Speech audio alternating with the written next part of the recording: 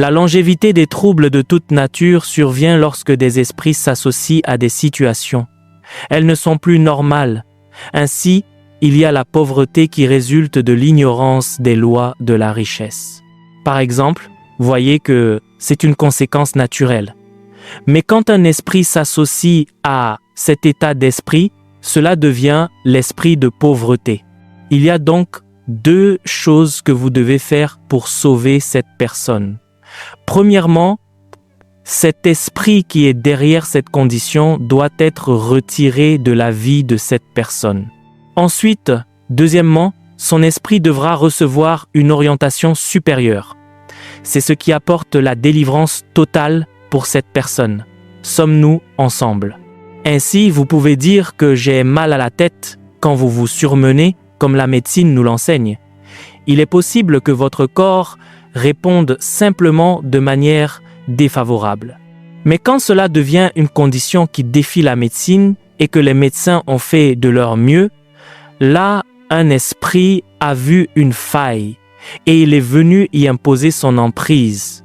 Et au nom de Jésus, tout esprit qui est derrière toute infirmité et toute condition, il doit vous lâcher ce soir. Alléluia. Écoutez, les esprits ne s'attachent pas seulement au corps.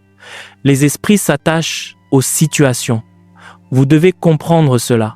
Jacques 2, verset 26. Car comme le corps sans esprit est mort, toute chose qui est vivante, le trouble qui est en fléau pour beaucoup, vous pouvez voir que ce trouble est vivant. Il y a un esprit qui lui a donné la vie. Sommes-nous ensemble? La puissance de Dieu ne se limite pas seulement à guérir les corps malades. Il y a des situations qui ont été habilitées à demeurer parce qu'il y a des esprits derrière elles et ce serait une perte de temps de simplement discuter, espérer et souhaiter. Il faut la manifestation de la puissance de Dieu pour que ces esprits partent. Vous me croyez? C'est ce que j'ai fait chaque jour de ma vie. Ainsi, beaucoup de gens peuvent avoir des situations maintenant telles que capturées dans vos requêtes de prière. Vous les appelez par différents noms, mais la vérité est que dans le royaume de l'esprit, pour la plupart de ces situations, il y a des esprits. Les désaccords entre un homme et sa femme, il peut y avoir certaines raisons logiques, mais derrière cela, il y a des esprits qui alimentent la continuité de cette douleur. Sommes-nous ensemble? L'épuisement, toutes sortes de conditions négatives. C'est pourquoi j'ai pris le temps de vous accueillir à ce service de miracle, car ce sera votre service de miracle, au nom de Jésus-Christ. Je le redis, ce sera votre service de miracle. Jésus, en tant que Fils du Dieu vivant, sans l'autonomisation et le partenariat du Saint-Esprit, ne pouvait pas faire grand-chose lorsqu'il marchait sur la terre. Le fou de Gadara, la Bible nous fait savoir qu'en tant qu'homme normal, nous verrions la dernière partie de sa vie. Un homme ordinaire, un homme très gentil, bien élevé, mais pas quand cet esprit violent est venu. La Bible dit qu'il se tailladait.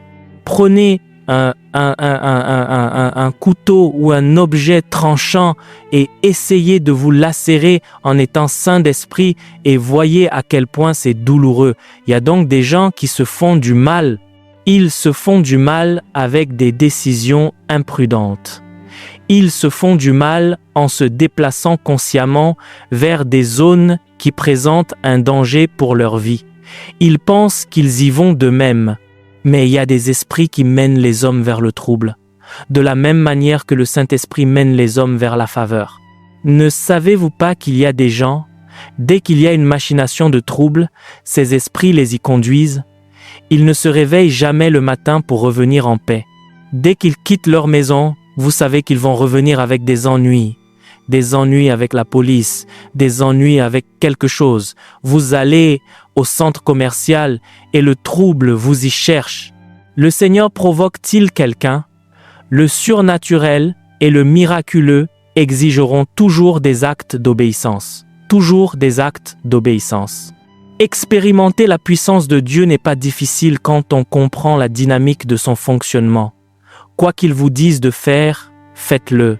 La simplicité de la foi a privé beaucoup de gens de recevoir des résultats miraculeux, extraordinaires, parce que parfois nous devenons trop calculateurs et trop scientifiques, ou nous méditons tellement sur les douleurs et les problèmes que sur la base du cadre de notre raisonnement, nous ne voyons pas comment un miracle se produira au milieu de cette situation. Comment cela se fera-t-il?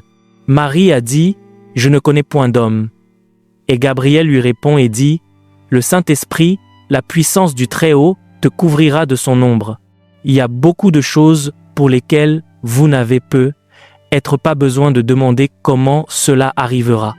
Laissez cela au bureau du Saint-Esprit. Il est un maître sur le chaos et les ténèbres. On vous a enseigné ce soir. Ne demandez pas comment l'oreille s'ouvrira ce soir. Ne demandez pas comment les os seront redressés. Il y a beaucoup de choses que vous ne pouvez comprendre que si vous êtes Dieu. Il y a certaines choses qui sont laissées, c'est exclusif à son bureau. Alléluia. Avant de continuer cette vidéo, juste pour rappeler que nous avons notre livre Les Généraux de Dieu qui est désormais disponible.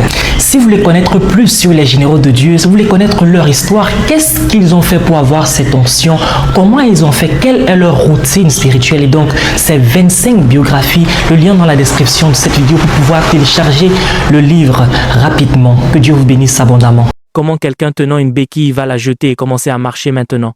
Comment un miracle arrivera à un petit bébé?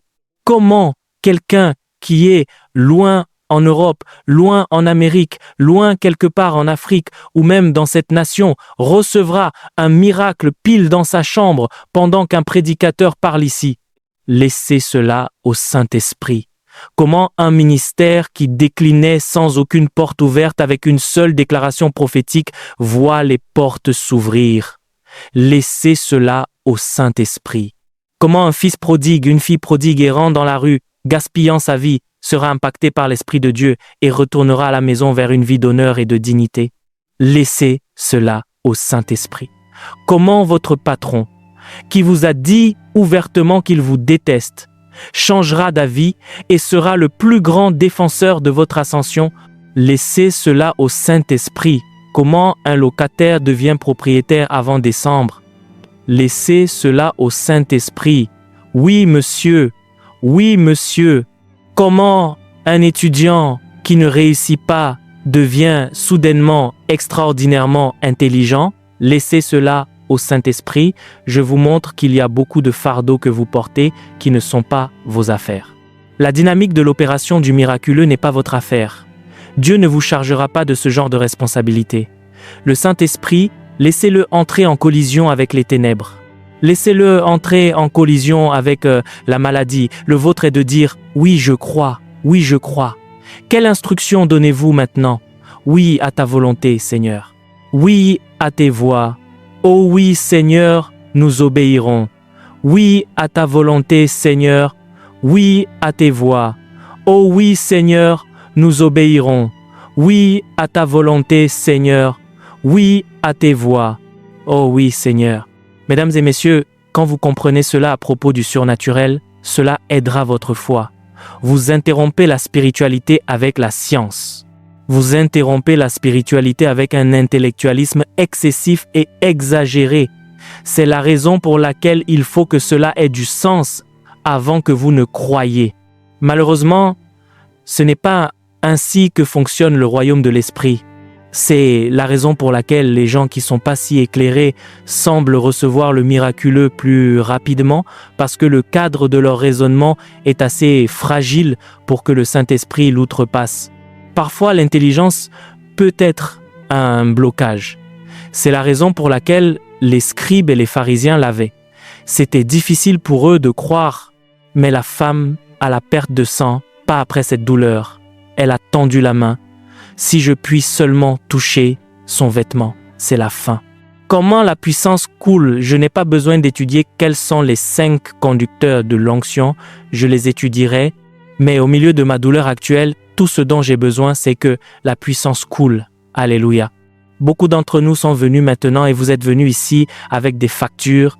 Vous êtes endetté par exemple ou vous avez des affaires judiciaires et pendant que vous êtes assis, le cadre de votre pensée se dit « D'accord Dieu, je sais que tu feras cela, mais peux-tu au moins me prouver, fais qu'un homme riche s'assoie près de moi, au moins c'est un premier signe logique. » Et Dieu dit « C'est absurde, Tu ne sais pas à qui tu parles. Tu ne parles pas à un charpentier.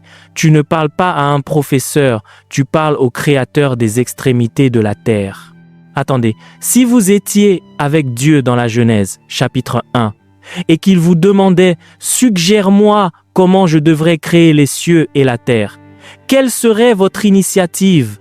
Dites-moi intelligemment comment vous auriez conseillé à Dieu de créer les cieux et la terre, de faire de la matière à partir de rien. Alléluia. Si vous vous teniez devant la mer Rouge et que Dieu disait « Viens et sois mon partenaire, suggère comment ces gens passeront », combien de temps vous faudrait-il pour construire un pont sur la mer Rouge? Sommes-nous ensemble?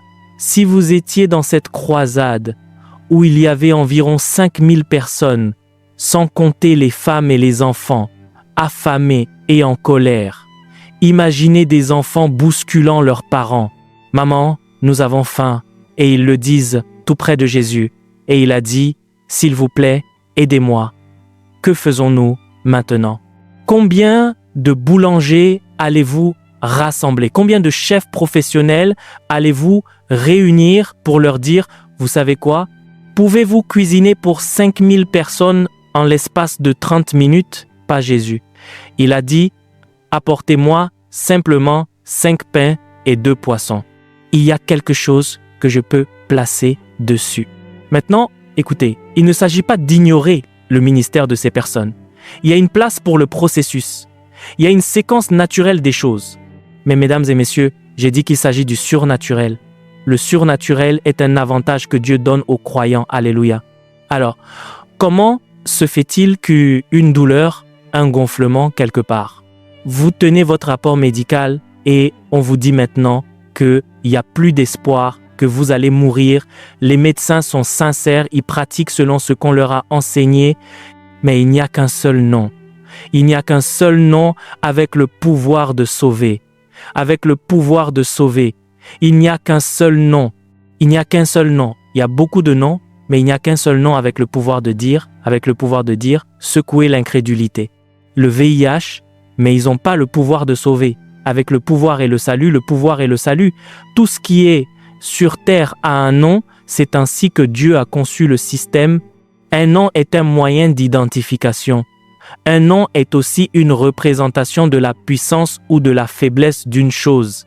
Ainsi, quand vous dites professeur, vous donnez un nom qui est la représentation d'années d'études laborieuses et d'une recherche pragmatique dans un domaine. Sommes-nous ensemble? Quand vous dites docteur, vous désignez quelqu'un qui est passé par l'école de médecine.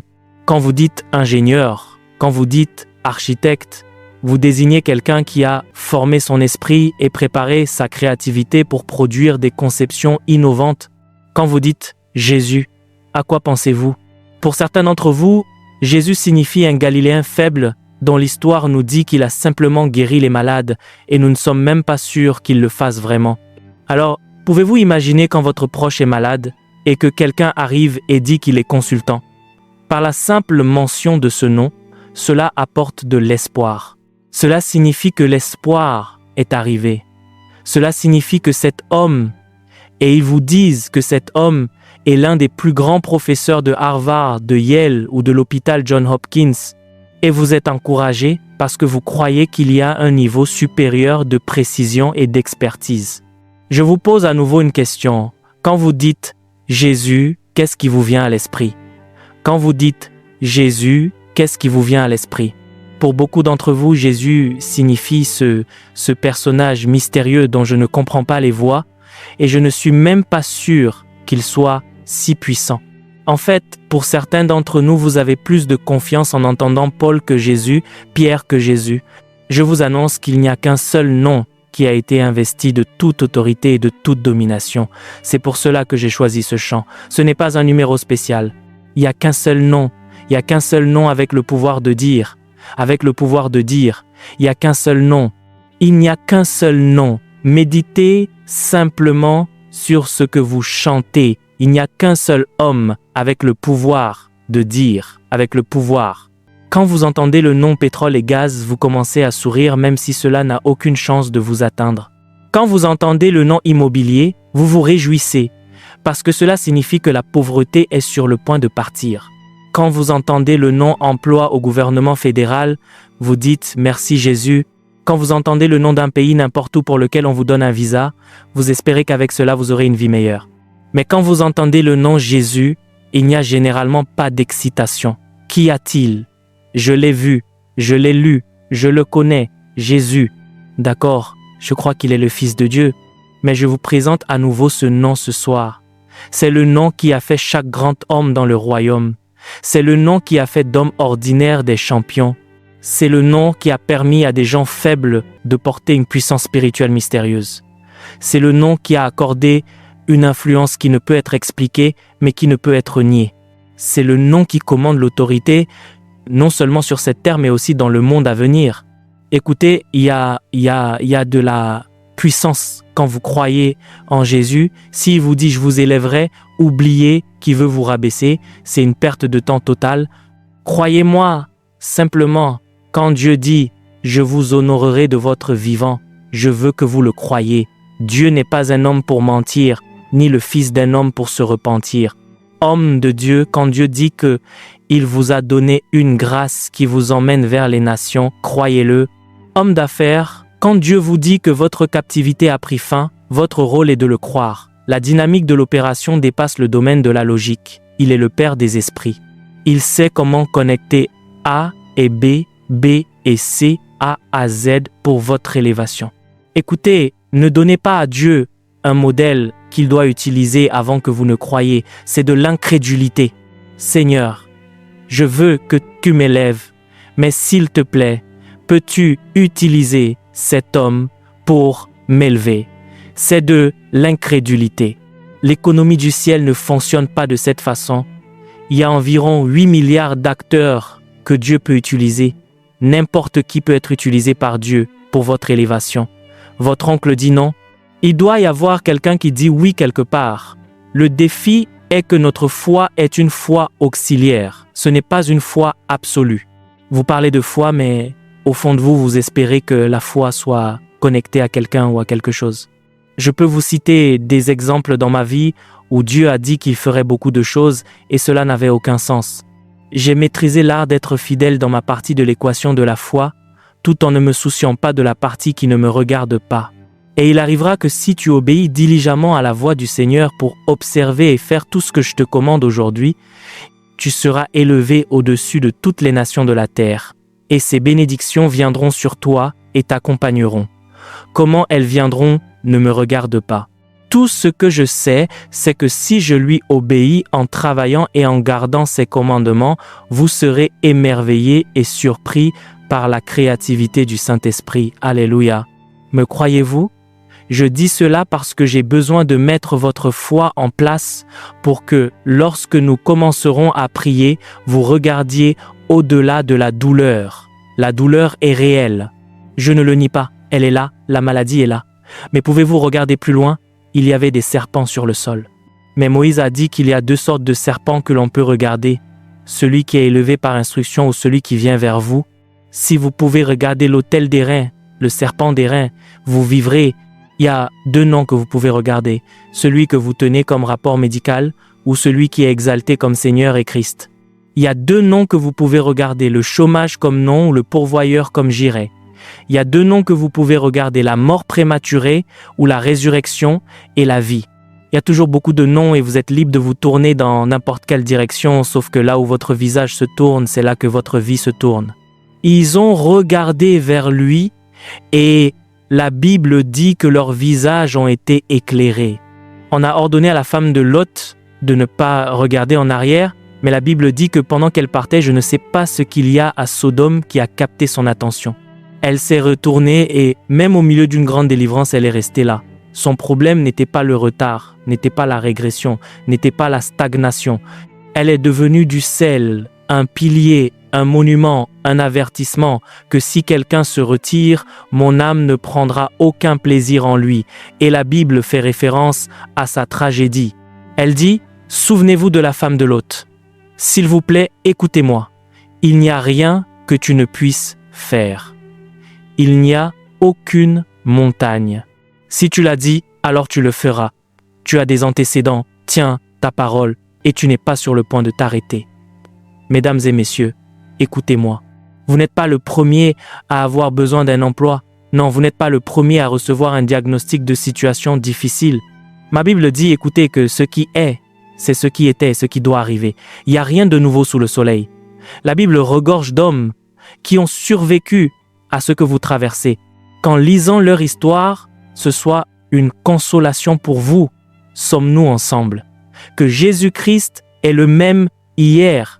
Vous n'êtes pas le premier à vous tenir là avec un problème osseux, un problème d'oreille, une douleur au cou. Non, apôtre, mais des hommes ont prié et prié pour moi.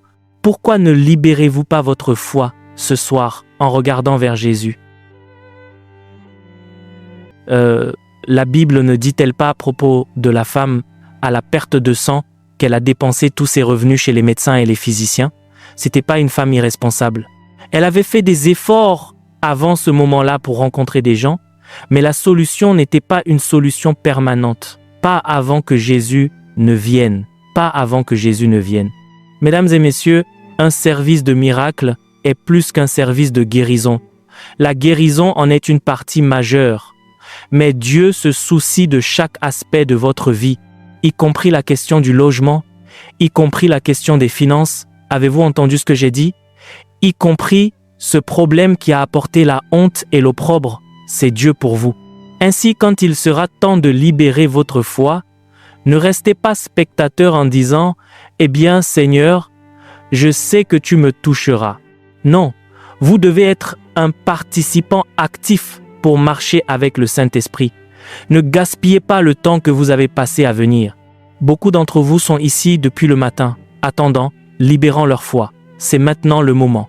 Insistez et assurez-vous que je ne repartirai pas le même.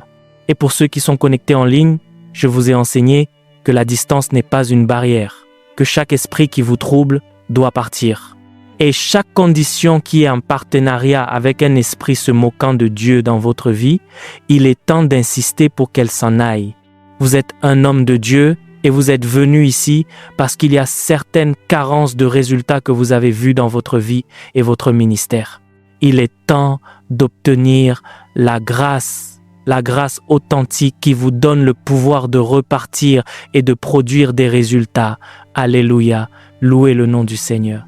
Mais mon insistance ce soir, et j'ai commencé à le ressentir très fortement pendant que je priais, est que Dieu veut vraiment intervenir pour apporter des miracles de guérison. Des miracles de guérison. La propagation des maladies et des affections, des occurrences mystérieuses qui dévorent le corps des gens.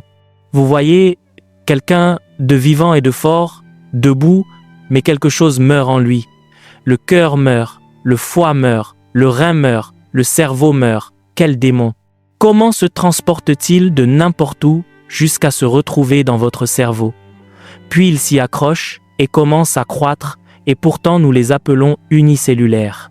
Qu'est-ce qui leur a donné l'intelligence de savoir que c'est votre cerveau, que c'est votre cœur, que c'est ceci et cela? Alléluia! Que toute la douleur que vous traversez, n'attendez pas qu'ils fassent un diagnostic et disent « c'est finalement ceci ». Si cela vous incommode, ce démon doit partir ce soir au nom de Jésus-Christ. Qu'en est-il de ceux qui ont toutes sortes de rêves, d'activités d'esprit familier se déguisant en êtres chers que vous avez vus? Aidez ceux qui sont sous l'onction.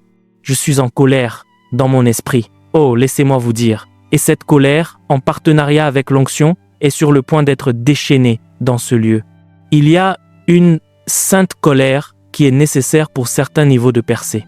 Quand vous aimez le peuple de Dieu et que vous le voyez sous l'oppression, à moins que vous ne soyez aussi satanique, vous ne devriez pas sourire. Alléluia. Il y en a parmi vous dont tous les revenus ont fini dans les médicaments ou les traitements. Voyez, c'est une autre dimension de la manifestation du dévoreur. Parce que quand votre santé est perturbée, aucun montant ne devient trop élevé pour garder votre vie. Et 10 millions de naira peuvent s'épuiser en un mois à cause d'un démon se déguisant dans votre corps. Ce n'est donc pas seulement la guérison que vous allez recevoir. Il doit y avoir une restauration. Croyez-vous cela? Restauration, restauration, restauration. Maintenant, il y a ceux qui ne sont pas malades en termes d'infirmité, mais qui sont tourmentés. Ils s'allongent et ne peuvent pas dormir. Le trouble qui est sur vous est plus lourd que le lit sur lequel vous êtes allongé. Et c'est comme si le lit était sur vous. Vous vous réveillez fatigué, plus fatigué que vous ne l'étiez, parce qu'il y a du trouble. Les frais de scolarité, vos enfants à l'étranger, vous pensez à prendre soin d'eux, ceux qui sont ici, toutes sortes d'ennuis, peut être les taxes, le logement qui a augmenté. Non, un service de miracle est une convergence, où Dieu rassemble son peuple et lui permet d'entrer en collision avec sa puissance transformatrice, avec sa puissance opérant des miracles. Il y a une consolation pour l'expérience chrétienne du croyant. Dieu peut se lever et il peut visiter les hommes, et avec les visitations vient la rédemption. Alléluia. Messieurs, je vous annonce que c'est un service de miracle où Dieu vous relèvera de la poussière de la honte. Enfin, au nom de Jésus-Christ, il vous relèvera de la poussière de la honte et décorera votre vie comme Pharaon l'a fait pour celle de Joseph. Vous croyez cela? Criez un Amen sonore. Alléluia. J'espère que vous savez que le vêtement de honte et de désespoir peut être porté comme un vêtement. Est-ce dans votre Bible qu'un homme peut le porter de la même façon que je ne peux pas regarder quelqu'un habillé en costume et dire « vous portez des habits traditionnels ». Non, un homme peut porter le vêtement de la honte et marcher avec jusqu'à votre lieu de travail, marcher avec. Et plusieurs personnes qui devraient vous aider vous ignorent simplement. Vous ne savez pas ce qu'elles voient. Elles ne savent pas ce qu'elles voient. Mais les résultats du rejet sont clairs. Puis-je vous dire que les psychologues nous enseignent que le rejet est la pire chose qui puisse arriver à un homme d'un point de vue psychologique. Être rejeté signifie recevoir un message clair que vous n'êtes pas nécessaire au sein d'un système. Vous n'êtes pas nécessaire sur votre lieu de travail. C'est là que les gens essaient de faire semblant pour appartenir au groupe. Mais il y a quelque chose que Dieu peut placer sur votre tête qui, lorsqu'il le place sur votre tête, même depuis la prison, le roi peut vous faire appeler et vous sortir de n'importe quel cachot. J'espère que vous croyez ce que je vous dis. Écoutez, laissez-moi dire ce tout dernier encouragement, puis nous prierons. Soyez toujours conscients du fait que les forces spirituelles ont la domination et exercent une domination sur le physique. Les hommes, même la science, est tombée d'accord avec la religion et la spiritualité sur le fait qu'aucun homme ne marche seul. Vous voyez un homme seul, mais il y a des forces que nous portons. Est-ce vrai? Un homme peut marcher seul. Si vous aviez rencontré le fou de Gadara et qu'il était venu vous voir pour vous serrer la main, vous auriez cru serrer la main d'un seul homme sans savoir que vous serriez la main d'une légion. De la même manière, vous pouvez voir un homme et croire que vous serrez la main d'un seul homme. Vous saurez simplement que vous avez serré la main de la vitesse. Vous avez serré la main de la faveur. Vous avez serré la main de la percée. Vous avez serré la main de l'élévation. C'est vrai, les grâces sont piégées dans les hommes. Il est de votre responsabilité ce soir de scanner votre vie et de voir ce qui ne fonctionne pas, de prier et d'insister pour qu'au nom de Jésus, cela commence à fonctionner. C'est pour cela que je suis venu ici. Seigneur, je suis fatigué de cette honte et de cet opprobre sur ma famille, mes proches. Pourquoi les bonnes choses continuent-elles d'arriver jusqu'à ce que nous nous présentions, puis le récit change simplement? Il y a une issue. Je ne sais pas quelle est l'issue, mais je sais qu'il y a une issue, et ensuite vous vous engagez par la foi. Êtes-vous prêts à prier? Nous allons prendre 2 ou 3 minutes pour prier. Je veux que vous libériez votre foi sincèrement. Dieu nous a amenés à ce service de miracle pour veiller à ce que nous repartions avec d'étranges manifestations de sa puissance. Élevez la voix pendant 1 minute partout. Que vous soyez à l'extérieur, que vous soyez à l'intérieur, dans tous les débordements, allez-y et commencez à prier. En effet, c'est ma nuit. Dieu me donne une histoire. Cette maladie, cette infirmité s'en va enfin. Que quelqu'un prie cet embargo de honte et d'opprobre, de retard, de régression, cède la place au nom de Jésus. Prenez une minute pour libérer votre foi. C'est le moment pour les portes de s'ouvrir. C'est le moment pour les nouveaux chapitres de s'ouvrir. Assurez-vous de prier, engagé par la foi. Alléluia, alléluia. Laissez-moi vous donner un autre sujet de prière. Si vous n'êtes pas intéressé, ne le priez pas. Vous pouvez prier le reste.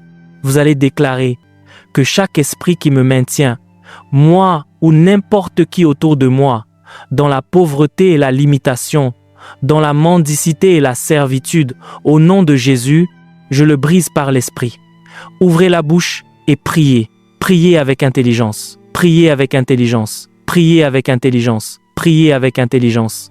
Beaucoup de choses dans nos vies sont liées à notre autonomisation économique. Beaucoup de choses dans nos vies progresseront lorsque l'autonomisation économique sera à l'œuvre en nous. Ouvrez la bouche et priez. Allez-y et priez. Ma vie révélera bientôt. Tu es celui qui relève les hommes. Celui qui relève les hommes, je tiendrai bon à travers la tempête et je m'accrocherai à ta parole.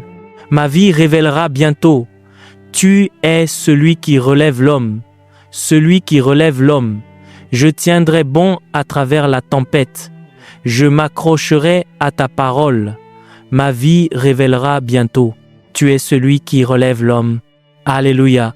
Au nom de Jésus, écoutez-moi, écoutez-moi. Ce soir, il y a 3 choses que je veux que vous combattiez par la foi. Numéro 1, c'est la maladie et tout type de limitation corporelle. Numéro 2, la petitesse dans la vie et la destinée. C'est ici l'objectif de l'influence. Je n'ai donc pas peur de vous enseigner et de libérer la grâce sur vous. Tant que vous resterez petit, vous serez faible et il y a beaucoup de choses que vous ne pourrez pas faire pour le royaume. La petitesse est une malédiction. Laissez-moi vous le dire sans détour.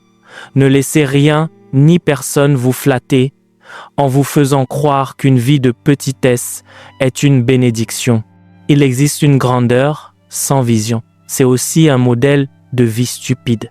Mais en présence de la vision et de l'intelligence, il n'y a pas de limite à ce que la grandeur et l'influence peuvent faire dans votre vie. Et puis, numéro 3, la pauvreté. Savez-vous que beaucoup de choses dans votre vie seront entravées lorsque vous serez économiquement handicapé? C'est la vérité. Il y a un chant qui est dans mon esprit, encore une fois. La lumière d'eux. Quand les mages ont suivi la lumière, ils ne se sont pas égarés. Elle les a conduits directement là où se trouvait Jésus. Mesdames et messieurs, il y a une vie que, si vous la suivez, vous aurez l'impression que vous n'y arriverez pas. Mais un pas par jour, un pas par instant, vous vous retrouverez à évoluer vers un destin enviable. Une louange pour Dieu et une louange pour les nations. Alléluia. Maintenant, écoutez-moi, écoutez-moi. Je veux prier. S'il vous plaît, écoutez cette instruction. Je vous ai dit que la foi est liée à l'obéissance et je veux que vous m'écoutiez. S'il vous plaît, écoutez-moi. Je veux prier pour les malades maintenant. Je sens une onction très forte. Je veux prier pour les malades. Mais le Seigneur me révèle que il y a des gens ici, vous accomplissez des choses, mais elles ne durent jamais. Ce n'est pas que vous ne commencez pas. Vous commencerez et ferez des progrès. Mais il y a un esprit qui doit vous ramener en arrière. Peu importe, vous l'avez vu avec vos parents. Certains d'entre vous en font l'expérience maintenant. Vous avez eu des emplois, ce n'est donc pas que vous êtes au chômage. Mais il n'y a absolument rien d'exceptionnel à raconter. Pendant que je prie pour les malades, je vais prier pour ces personnes. Je veux que vous les fassiez sortir parce que la puissance de Dieu vient sur ces personnes et sur ces familles. Je veux prier dès que ce chant a été entonné. C'est ce que le Seigneur a commencé à déposer dans mon cœur. Et ensuite, je prierai pour les malades. Nous prendrons des témoignages maintenant. Ah, il y a une lumière qui vient ici ce soir au nom de Jésus. Tout le monde, s'il vous plaît. Faites-les sortir très rapidement. Nous avons beaucoup à faire ce soir. J'étends mes mains et je décrète et déclare que chaque famille et chaque individu qui monte seulement pour redescendre, il n'y a pas de longévité dans l'impact. je décrète et déclare maintenant, soyez délivrés en cet instant. Faites-les sortir. Soyez délivrés en cet instant. Soyez délivrés en cet instant. Soyez délivrés en cet Soyez délivrés en cet instant. Soyez délivrés en cet instant. Mon Dieu, le feu tombe dans ce lieu. Soyez délivrés en cet instant. Encore une fois, je prie encore au nom de Jésus, les hauts et les bas, par l'Esprit du Dieu vivant, que ce soit pour vous ou pour vos proches, j'étends mes mains maintenant, que ce feu apporte une séparation entre vous et cet esprit pour toujours. Entre vous et cet esprit pour toujours. Entre vous et cet esprit pour toujours. Entre vous et cet esprit pour toujours. Entre vous et cet esprit pour toujours. C'est séparé maintenant et séparé pour toujours au nom de Jésus-Christ. Merci d'avoir regardé cette vidéo. N'oubliez pas de télécharger notre livre Les Généraux de Dieu pour davantage connaître l'histoire de ces généraux de Dieu. C'est plus de 100 histoires inspirantes, 25 biographies à l'intérieur. Que Dieu vous bénisse abondamment.